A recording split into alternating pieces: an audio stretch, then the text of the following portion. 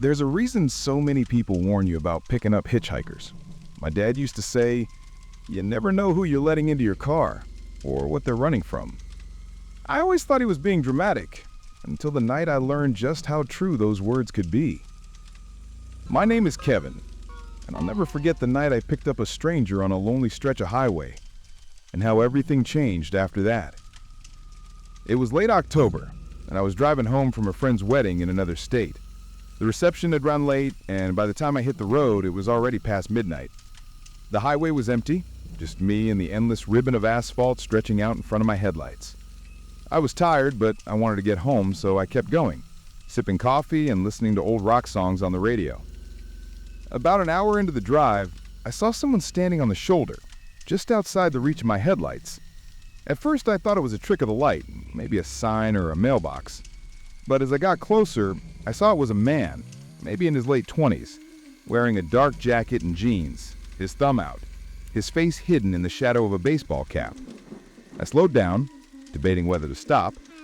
I remembered all the stories, all the warnings, but something about the way he stood there, alone, in the cold, miles from anywhere, made me pull over. He jogged up to the car, his breath visible in the chilly air. I rolled down the window a crack. "You need a ride?" I asked. He nodded. "Yeah, if you don't mind. My car broke down a few miles back. I just need to get to the next town." I hesitated, but he looked harmless enough. I unlocked the door, and he slid into the passenger seat, thanking me quietly. Up close, he looked tired, maybe a little rough around the edges, but not dangerous. I told myself I was doing a good deed, helping someone out. We drove in silence for a while, the only sound the hum of the engine and the occasional song on the radio. I tried to make small talk, asking where he was headed, but he just said north and stared out the window. I noticed his hands were shaking and he kept glancing in the side mirror, as if he was looking for someone following us. After a few miles, I started to feel uneasy. The man hadn't said much, and the way he kept checking the mirror was making me nervous. I asked if he wanted me to drop him off at a gas station or somewhere specific, but he just shook his head. "Just keep driving," he said, his voice barely above a whisper. I tried to laugh it off, but the tension in the car was growing. I noticed he kept fiddling with something in his jacket pocket, and I started to wonder if I'd made a mistake. I thought about pulling over and telling him to get out, but we were in the middle of nowhere, and I didn't want to make things worse. Suddenly, he turned to me, his eyes wide and desperate. "You have to help me," he said. "They're after me. If they catch me, they'll kill me." I gripped the steering wheel tighter. "Who's after you?" He shook his head. "I can't say. Just, please, don't stop. Don't let anyone pass us." I glanced in the rearview mirror, half expecting to see headlights behind us, but the road was empty. I tried to calm him down, telling him everything would be okay, but he kept muttering to himself, rocking back and forth in the seat. After a few more miles, I saw a car parked on the side of the road ahead, its hazard lights flashing. As we got closer, the hitchhiker ducked down in his seat, pulling his cap lower over his face. "Don't stop," he hissed. "Just keep going." I did as he said, my heart pounding. As we passed the car, I glanced over and saw two men standing by the trunk, watching us. One of them raised a hand as if to wave us down, but I sped up, not daring to look back. A few minutes later, the hitchhiker sat up, breathing hard. "Thank you," he said. "You just saved my life." I didn't know what to say. I wanted to ask more questions, but I was afraid of the answers. We drove in silence for a while, the tension thick in the air. Eventually, we reached a small town. The hitchhiker told me to pull over by a diner. He got out, thanked me again, and disappeared into the night. I watched him go, feeling a strange mix of relief and unease. I sat in the car for a few minutes, trying to process what had happened. I thought about calling the police, but what would I say? That I'd picked up a scared man on the highway and now he's gone? I decided just to go home and forget about it. But I couldn't forget. That night I had trouble sleeping. Every time I closed my eyes, I saw the hitchhiker's face, heard his desperate voice. I kept thinking about the men by the car, the way they'd watched us as we drove by. The next morning, I turned on the news and saw a story about a body found on the side of the highway, not far from where I'd picked up the hitchhiker. The police were looking for witnesses, asking if anyone had seen anything unusual. My blood ran cold. I called the tip line and told them what I knew, but I left out the part about the hitchhiker. I didn't want to get involved. A few days later, a detective called me. He asked about the night in question, if I'd seen anyone on the road. I told him about the car with the hazard lights, the two men by the trunk. He asked if I'd picked anyone up, and I hesitated, then lied. No, I was alone. I don't know why I lied. Maybe I was scared, or maybe I just wanted to put the whole thing behind me. But the guilt ate at me. I kept thinking about the hitchhiker, wondering if he was safe, if he'd made it wherever he was going. A week later, I got a letter in the mail. No address rating, just my name written in shaky handwriting. Inside was a single sentence. Thank you for saving my life. There was no signature, no explanation. I stared at the letter for a long time, trying to decide if it was from the hitchhiker or someone else. I never heard from him again. The police never solved the case, and the story faded from the news. But I still think about that night, about the choices I made, about the stranger I let into my car. I wonder if I did the right thing, or if I just got lucky. Now, whenever I see someone hitchhiking, I keep driving. I tell myself it's safer that way, for both of us. But sometimes, late at night, I wonder what would have happened if I had made a different choice. I wonder if the hitchhiker is still out there, running from something, or someone. And I wonder if I'll ever really know the truth about what happened on that lonely stretch of highway. If you've ever driven long distances at night, you know how the world changes after midnight. The roads empty out, the radio turns to static, and the darkness outside your headlights feels endless. My name is Lisa, and I used to love road trips. I loved the freedom, the sense of adventure, the feeling that anything could happen. But after what happened to me on a lonely stretch of highway in Nevada, I don't think I'll ever pick up a hitchhiker again. It was the summer after my sophomore year of college. I just finished finals and decided to drive cross-country to visit my best friend in California. I planned the trip carefully, mapping out every stop, every gas station, every motel. My parents worried, but I promised to check in every night and keep my phone charged. I was excited, nervous, and determined to prove I could handle it on my own. The first 2 days went smoothly. I made good time, listened to podcasts, and enjoyed the changing scenery. By the third night, I was somewhere in the middle of Nevada, miles from the nearest town. The sun had set hours ago, and the only light came from my headlights and the occasional distant glow of a truck stop. I was getting tired, but I wanted to make it to the next town before stopping for the night. That's when I saw him, a man standing by the side of the road, his thumb out, a battered backpack at his feet. He looked young, maybe early 20s, with messy hair and a faded jacket. I hesitated, remembering all the warnings, but something about the way he stood there, alone in the dark, made me slow down. I pulled over and rolled down the window. "You need a ride?" I asked. He nodded, his voice quiet. "Yeah, if you don't mind.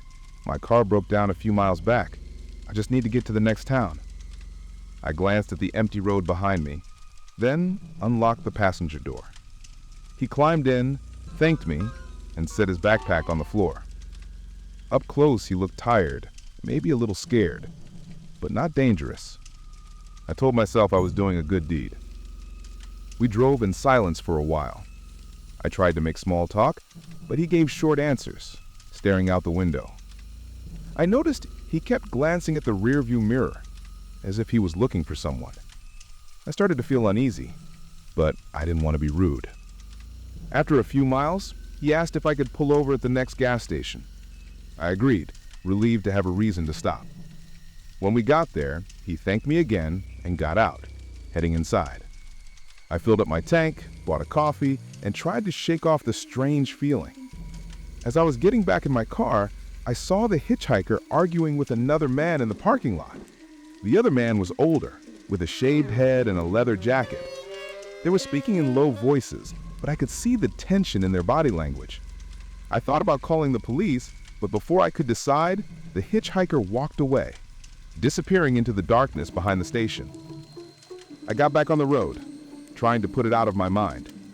But a few miles later, I saw headlights in my rearview mirror. The car followed me for miles, never getting closer, never falling behind. I started to panic, my hands shaking on the steering wheel.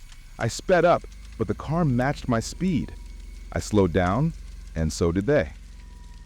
Finally, I saw a sign for a rest area and pulled off the highway, hoping to lose them. The car followed, pulling into the parking lot a few spaces away. I locked my doors and tried to call 911, but my phone had no signal.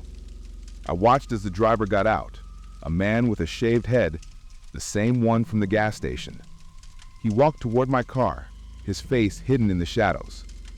I started the engine, ready to drive away, but he stopped a few feet from my window and held up his hands. "I'm not here to hurt you. I just want to talk." I cracked the window, keeping my hand on the lock.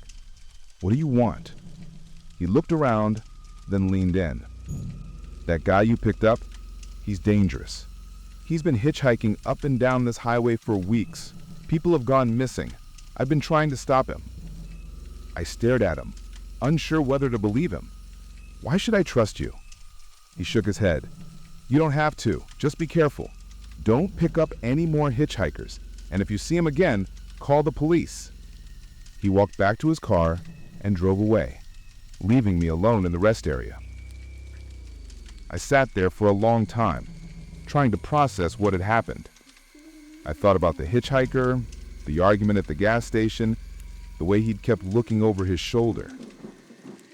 I got back on the highway, my heart pounding. Every car that passed made me jump.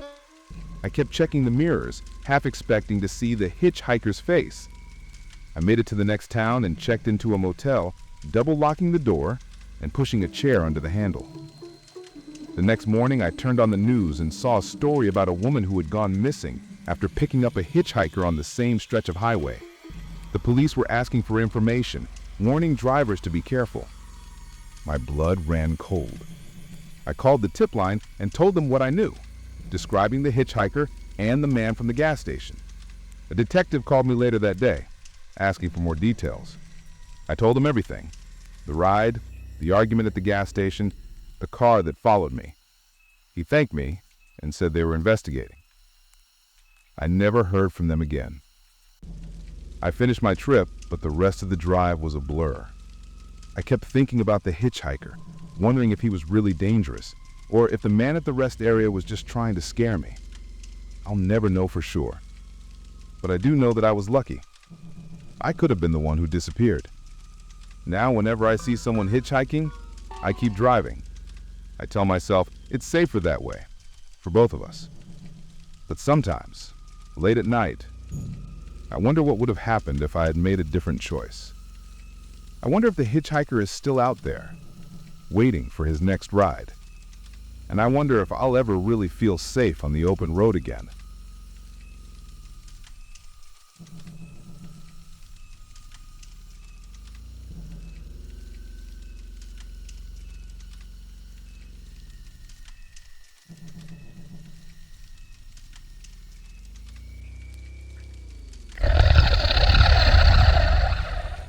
There's a certain kind of fear that only comes when you realize you're truly alone with a stranger. My name is Darren, and I used to think I was a good judge of character. I'd picked up hitchhikers before, students, travelers, people down on their luck. I always figured I'd know if someone was trouble. But one night, on a back road in rural Pennsylvania, I learned that sometimes you don't see the danger until it's too late. It was early spring, and I was driving home from a late shift at the hospital. The main highway was closed for construction, so I took a detour through the countryside. The road was narrow and winding, bordered by thick woods and the occasional farmhouse. It was after midnight, and the only light came from my headlights and the pale glow of the moon. About halfway home, I saw a figure walking along the side of the road. It was a woman, maybe in her 30s, wearing a long coat and carrying a small duffel bag. She looked cold and tired, her hair plastered to her face by the drizzle that had started to fall. I slowed down and rolled down the window. "Need a ride?" I called out. She hesitated, then nodded. "If it's not too much trouble, my car broke down a few miles back." I unlocked the door and she climbed in, thanking me in a soft voice. Up close, she looked exhausted, her eyes red and puffy. I asked where she was headed, and she said she just needed to get to the next town where her sister lived. I told her I could take her as far as the main intersection, and she nodded, clutching her bag tightly. We drove in silence for a while, the rain tapping against the windshield. I tried to make conversation, but she gave short answers, staring out the window. I noticed she kept glancing at the rearview mirror, as if she was afraid someone was following us. I started to feel uneasy, but I told myself she was just nervous. After a few miles, she asked if I could pull over so she could make a phone call. I agreed, pulling into a small turnout by the side of the road. She got out, walked a few steps away, and took out her phone. I watched her in the mirror, noticing how she kept looking over her shoulder, as if she expected someone to jump out of the woods. She finished her call and got back in the car, her hands shaking. "Sorry, I just needed to let my sister know I'm on my way." We drove on, but the tension in the car was growing. I started to regret picking her up, but we were miles from anywhere, and I didn't want to leave her alone in the rain. Suddenly, she turned to me, her eyes wide with fear. "Can you drive faster?" she whispered. "Please, I think someone's following us." I glanced in the rearview mirror, but the road behind us was empty. "I don't see anyone," I said, trying to sound calm. She shook her head. "You don't understand. He always finds me, no matter where I go." I didn't know what to say. I sped up a little, my heart pounding.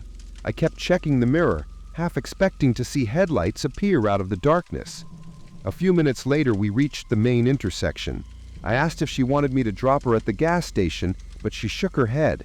"Can you take me a little farther, just until I'm sure he's not behind us?" I hesitated, but she looked so desperate that I agreed. We drove on, deeper into the countryside. The rain was coming down harder now, and the road was slick. I started to worry about getting stuck, but I didn't want to turn her away.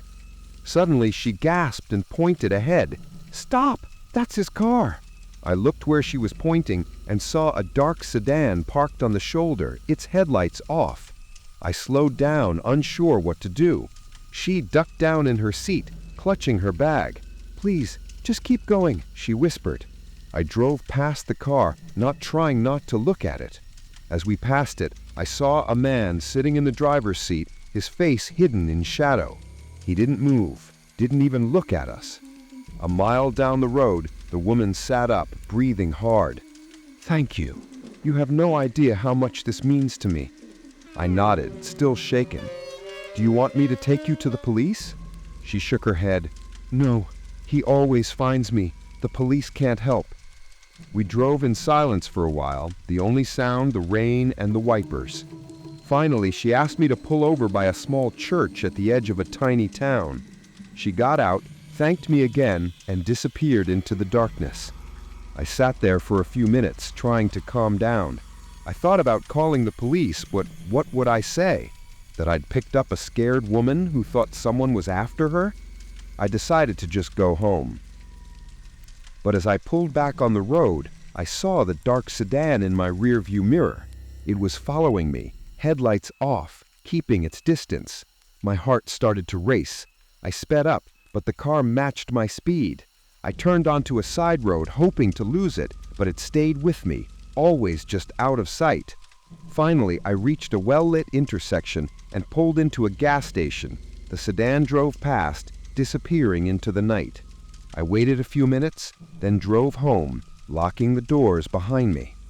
The next morning, I turned on the news and saw a story about a woman who'd gone missing after being seen at a gas station in the next town over.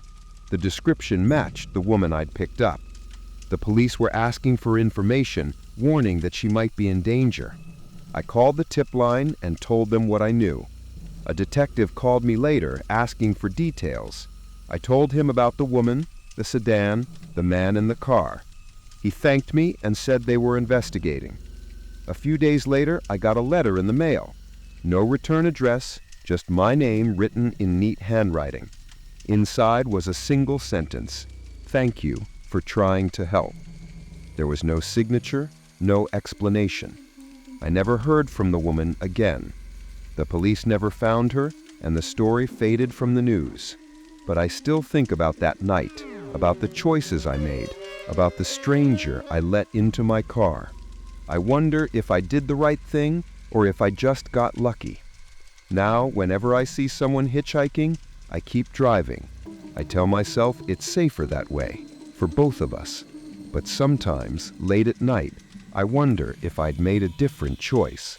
I wonder if the woman is still out there, running from someone or something. And I wonder if I'll ever really know the truth about what happened on that lonely road.